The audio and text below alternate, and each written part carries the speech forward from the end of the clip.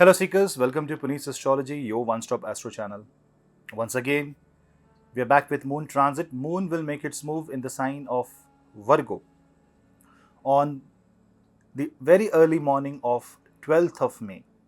Moon will be in this Mercurian zodiac sign for a couple of days, and you know that Mercury is retrograde, and Mercury is retrograde in the sign of Taurus and the nakshatra of Rohini, which is the nakshatra of Moon. Because of this, there is a very strong impact of Mercurian energy on the Chandra, on the Moon, and this is going to impact mostly Taurus, Virgo, and Gemini moon sign. And Moon, when is in Virgo, it's far more calculative, far more practical. All actually, Moon do not like Virgo too much because see, Virgo is a natural sixth house, and whenever Moon goes in sixth or eighth house, that's the place where your mind has to face the challenges, competition. It is not the comfort zone.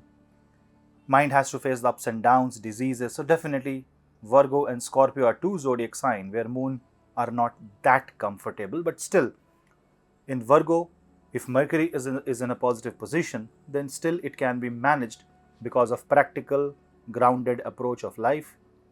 But this time, Buddha is Vakri, and in the nakshatra of Chandra, Rohini nakshatra, it's the nakshatra where Moon finds its greatest happiness, and therefore this can impact your thought process, your perception towards happiness for the couple of days in a great way.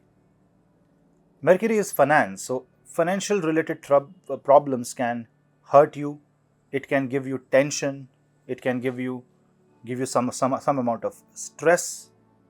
Also, Rahu and Sun is in the 8th house, and whenever Sun is 8th from the Chandra, it is the time when Moon do not get proper and ambient light of the Sun, so there is nothing to reflect.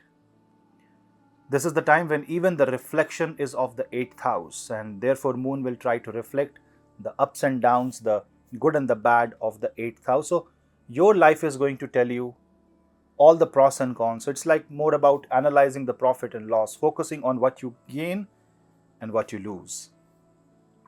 Also, Saturn and Mars will be in the 6th house, so there can be a sense of competition, a sense of fear that can be developed in your mind, provided your moon is bad. But if your moon is good, you are good to have. Will be business as usual. But we have seen that on one side, Sun is in 8th house, Saturn Mars is in the 6th house, Mercury, the ruler of Virgo, is also Vakri, retrograde. What is the positive in this? This is negative.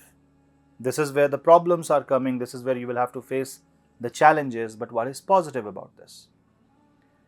Actually, the positive outweighs the negative when Moon will go in Virgo. Why? Jupiter and Venus is in the sign of Pisces, and they will be directly opposite to the Moon because Virgo and Pisces are 1 and 7. They are the opposite zodiac sign. And for Moon, 7th house is very important because that is what Moon watches. That's your mind's, that's what your mind watches. That's the circumstance. 7th house from your horoscope's Moon is also the circumstance. So, when Jupiter aspects that Moon, it gives extreme amount of support, comfort, and guidance to the mind. Venus exaltation also gives hope. Hope that in spite of all the challenges and all the trouble, there is a bright future.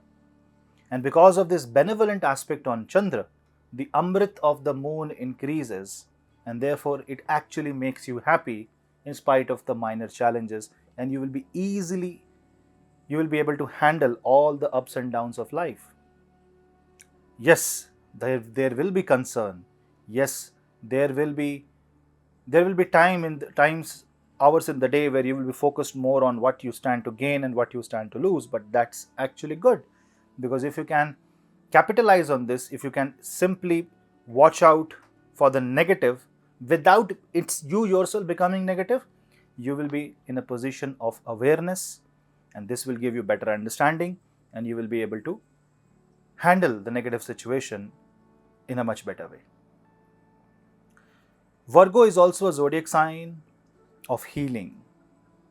It is also a zodiac sign where the king displays its true strength because it is second from Leo. And therefore, you will also be able to display your true character and true strength in this time, and the secrets will be revealed. But remember, you are also subconsciously going to display who you truly are, especially if you are a Virgo moon sign native. Display of attitude can be a problem as well as it can be a blessing. So be mindful of your body language, of your words, of your expressions, and how you talk to people who are your well wishers. This is not the time to begin an enmity. This is the time to dissolve it. This is the time to reduce the enmity. This is the time for adjustment. This is the time to understand and come in sync with the surrounding, with the circumstance, and bring harmony in life. That is why Jupiter and Venus, seventh from the Chandra, can give you that blessing. But both Jupiter and Venus are opposite forces of nature. They are gurus, but they represent different sides of life. One is spiritual and one is material. One is Maya and one is Moksha. When both are influencing your mind, and if you do not give proper attention and focus on the learning that you're getting, you might get confused. So confusion will be also a theme of this transit. I'm not saying that every one of you or all of us will be confused, but this is it's just like small drops of rain. It can affect some, it will not affect some. That depends on your horoscope, obviously. But mostly, if you are Virgo moon or Gemini moon or Taurus moon, you will be affected more because of the forces of nature affecting your mind. So if you are confused, don't worry, just wait. Just wait for 3, 4, 5 days, a week basically, and just let things go on its own and then decide. Let the water flow down, understand the current of water after some time. The flow of life, the events of life will disclose its true nature. But if you want them to reveal all the secrets now, they might, but then you will also get confused. Which side to follow? Should you follow the dharmic side or should you follow the rajasic side of life, the material side of life? Maya or moksha, which one to choose will be the dilemma. So in this case, chant Vishnu Sahasranam, chant Buddha Bija Mantra. Try to bring mind and emotions into sync. When you are confused, sit down, think why you started, go back to your drawing board, and don't rush, don't hesitate, because if you rush and if you hesitate, it will hit your confidence.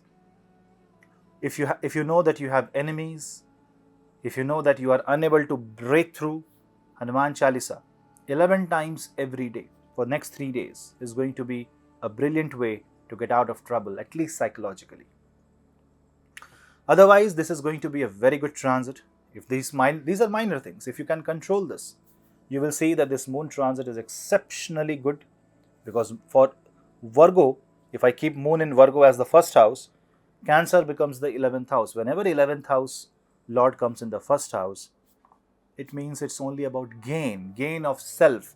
So it is a transit where all of you can gain some personality and gain some amount of knowledge because of the moon coming in under the effect of Jupiter and Venus. But this is not the time to judge. Don't be judgmental. Look at both sides of the coin and then decide. Because if you are looking only at one angle, then you will definitely confuse yourself and take a wrong decision. Never forget, Ketu is in Libra. Silence and silent analysis is the key for success. Thank you guys for watching my videos. I appreciate you. There is another YouTube thanks has been opened for my channel. In fact, for all of my channels. If you want to contribute something to this video, you can. Also, you can contribute by following my YouTube channel and Instagram channel, by connecting with me, because my sole target is to spread the word of Vedic astrology. We'll meet you in the next video. Till then, namaste.